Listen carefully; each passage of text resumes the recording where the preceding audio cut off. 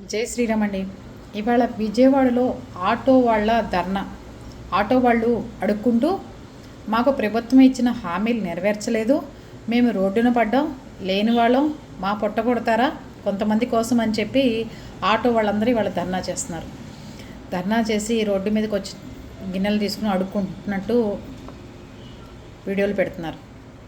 ఉచిత విద్య, ఉచిత వైద్యం ఇవ్వండి, ఉచిత బస్సు ఇచ్చిన దగ్గర నుంచి ఆడవాళ్ళు కానీ మగవాళ్ళు కానీ దాని మీద ఇంట్రెస్ట్ చూపించట్లేదు, దానివల్ల ఎవరికి ఉపయోగం లేదు, మా పొట్ట కొట్టడం తప్ప అంటున్నారు ఆటో వాళ్ళు.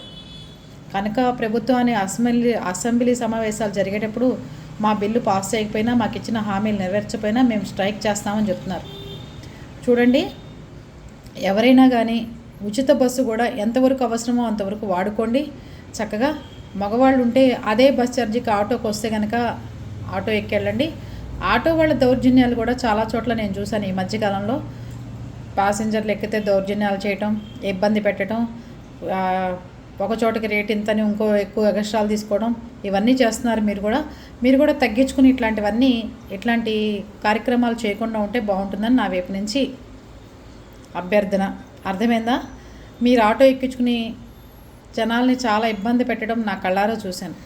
అందుకని మీరు కూడా ఇట్లాంటి పథకాలు వచ్చినప్పుడు నష్టపోతున్నారు కాబట్టి ప్రజలను ఎక్కించుకున్నప్పుడు సేఫ్టీగా ఉన్న ప్లేసుల్లో వాళ్ళని దింపి వాళ్ళని ఏ మాత్రం పడితే ఆ మాట అనకుండా జాగ్రత్తగా ఉంటారని నా తరపు నుంచి చెప్తున్నాను మీకు కూడా.